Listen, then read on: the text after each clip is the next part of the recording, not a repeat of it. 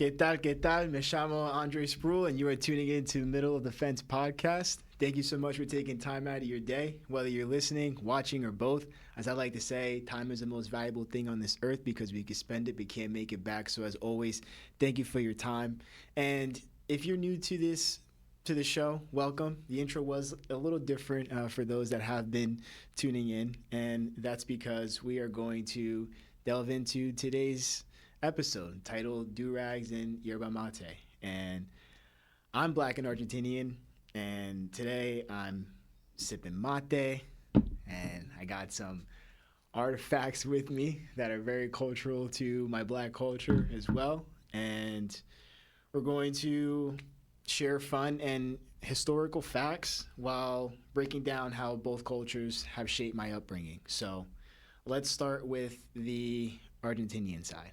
Right? So, the historical ancestry of Argentina. So, a lot of the descendants came from major countries like Italy being the primary factor, and then other European countries as well as Middle Eastern countries. So, for those watching, we have a graphic up right now to show where the early descendants came from. And for those that are listening, it shows that about a little north of 2.5 million, around 1930, of the migrants came from Italy. And then you had slightly north of 2 million that came from Spain. And then you have anywhere from hundreds of thousands to tens of thousands of people that came from different European countries as well.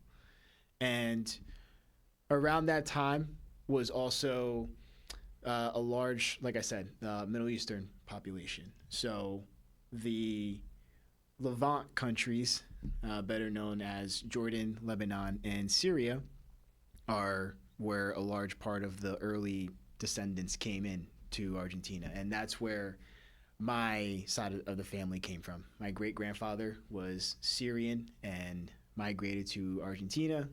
Then my grandpa was born and uprooted everyone and came to the U.S. to change the course of our family history. And for those that are watching, they may be wondering, what's that in his cup? Is that a legal substance?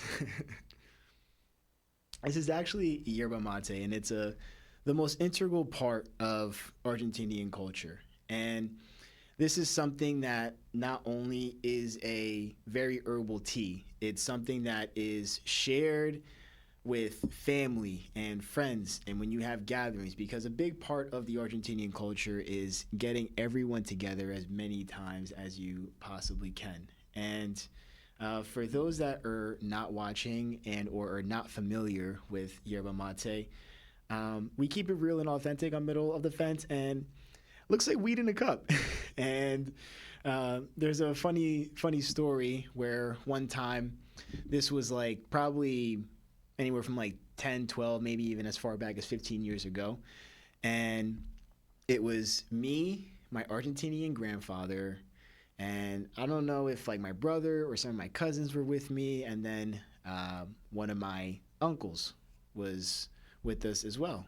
And we were doing the long distance drive from New Jersey all the way to Florida. And we my grandpa wanted some yerba mate, very Argentinian. So we're getting the bag out to get the tea going because it's loose leaves. And next thing you know, we see the red, white, and blue lights coming up behind us, and actually got pulled over because the officer thought that we had pounds of weed on us. And we, after showing him and telling him, we were able to get off. But all jokes aside, there was a lot of family memories made around drinking yerba mate. Aside from that funny story, just coming home from school, and whenever there was a Champions League game on, or whenever Boca Juniors, the biggest club team in Argentina, some may debate that, but anytime they played, I would sit with my grandfather and drink the yerba mate. Anytime we had family gatherings, we would drink yerba mate, or when we would have people over. And paired that with the food because an asado is basically the Argentinian word for a barbecue. And barbecuing and grilling is a very big part of the culture. We're known for having some of the best beef in the world. Um, don't let your dirty mind take you anywhere with what I just said.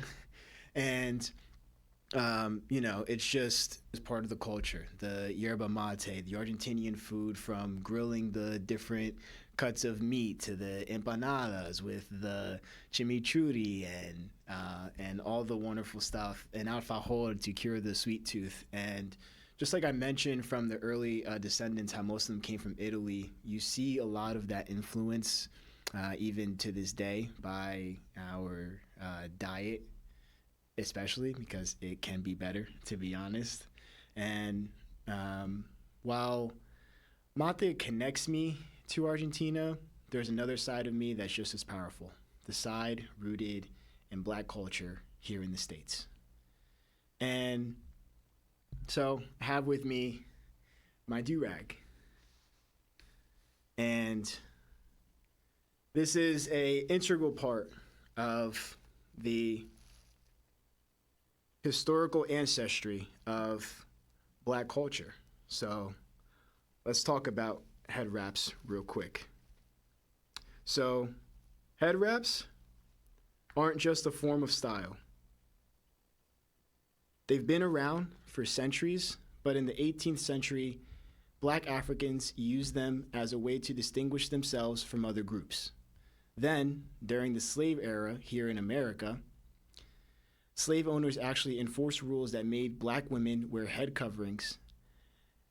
On the surface, it was said to protect them from the sun, sweat, and lice, but in reality, it became a symbolic marker, a way to make Black women appear as less than in the social space at the time. So what started as a cultural symbol of pride was twisted into a tool of control. And that's what makes head wraps and durag so powerful today. They flip back into symbols of pride, identity, and resilience. And that's from a 2022 article from Rashima Sunson. Aside from that, this country and the world is nothing without Black culture in general, despite how the years of mistreatment across different countries and just how Black people are treated on a daily basis. And let me just name some of the inventions that help also change the world that are outside of sports and entertainment, because obviously when it comes to something like sports, people think of Michael Jordan because of how much he revolutionized the sport of basketball and culture and fashion, right? And then music, it comes to jazz and blues and rock and roll and almost any major popular genre of music that's in the US can be traced back to Black roots. And let me just name some of the inventions that have helped change the world. So, air conditioning unit, auto fishing device, automatic gear shift, baby buggy, blood plasma bag, cellular phone, clothes dryer, doorknob, dustpan, electric lamp bulb, elevator, eye protector, fire extinguisher, folding chair, gas mask, golf tee, guitar, hairbrush, horseshoe, ice cream scooper, ironing board, keychain, lawnmower, lawn sprinkler, mailbox, mop, motor, peanut butter, pencil sharpener, potato chips, record player arm, refrigerator, spark plug, stethoscope, stove, street sweeper, thermostat control, traffic light, typewriter, and the list goes on and on and on. And that's not even mentioning inventions that were stolen from Black people as well. And so here I am sipping mate on one hand and rocking Black pride in the other. But the real story is how these two worlds came together in my upbringing. So an aspect too is that from a historical aspect. So a historian, Robert J. Bicultural explains in Beyond Invisibility, Afro-Argentines in their nation's culture and memory, that about 30% of Buenos Aires' population in the early 1800s was of African descent, forming vibrant communities with African languages, drum-based music like candombe, and cultural traditions that left a lasting imprint on Argentina's identity. So that's an aspect that for people that either are hip to Argentinian culture or not, that most people don't realize that there was even an early African influence in Argentina, because when most people think of Argentinians, they think of white-looking people because of the heavy European influence that's in the country. But some of the commonalities among both ethnicities or just cultures in general, the idea of barbecuing and grilling, because in the black culture, that is regular cookout, fish fries, and things like that. And also, too, a sense of community, right? So for the Argentinian side, it's important to gather together. Like you will never see Argentinians alone. They're always going in groups or just droves of people rolling deep. And when it comes to black culture, that sense of community shows up while growing up. And in my case, outside of the grilling and barbecue scene, was family reunions and everyone gathering together, even though we all lived in different states, and making that an emphasis every year to all get together in one of the southern states, because that's where most of the family from my black side lived. And also too, just sharing some quick stories where both cultures came up that I thought of while creating this episode. And the one time where the Argentinian or just foreign culture came, like in general, so in 4th or 5th grade, when it was someone's birthday, like one of the, like their family always makes sure that like the kid bought in a cake or some ice cream, cookies, like what a normal child would probably bring for their birthday to celebrate with their class. My Argentinian grandma made the biggest bowl of fruit salad ever, and no one really ate it, but I was tearing it up. And it's not that fruit salad is a cultural, like such a big staple in Argentinian culture, but just more so of like the fact that like that side of the family was so foreign that like the idea of bringing a cake or something like that just like wasn't happening, or just didn't happen, and that's okay. And then another thing too was the durag that, for those watching, saw me put on, and I wear it every night to keep the waves spinning. For those that watch the show or have seen me or know me personally, but let's get back on track here. So wearing the durag when I first started sleeping over at my classmates' houses or people that grew up in a suburban environment, and because they were unfamiliar with it or associated it with fashion and or negative connotations, those are always moments of having to educate them and let them know that even though I'm biracial, my hair texture leans towards my black side of my ethnicity, so it dries out quicker. So I have to do this to make sure that it stays hydrated. It's not just a fashion look, and a lot of people have that misconception. And at the end of the day, both sides gave me something. Argentina gave me community through tradition. Black culture gave me pride and resilience. And as we begin to wrap things up here, the three main points that both cultures have shown are identity, perspective, and personal power. And the question that I pose to my audience is, what's a tradition or cultural symbol that represents you?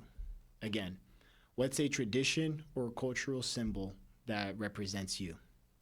Drop it in the comments or shoot me a DM at Middle of the Fence on Instagram.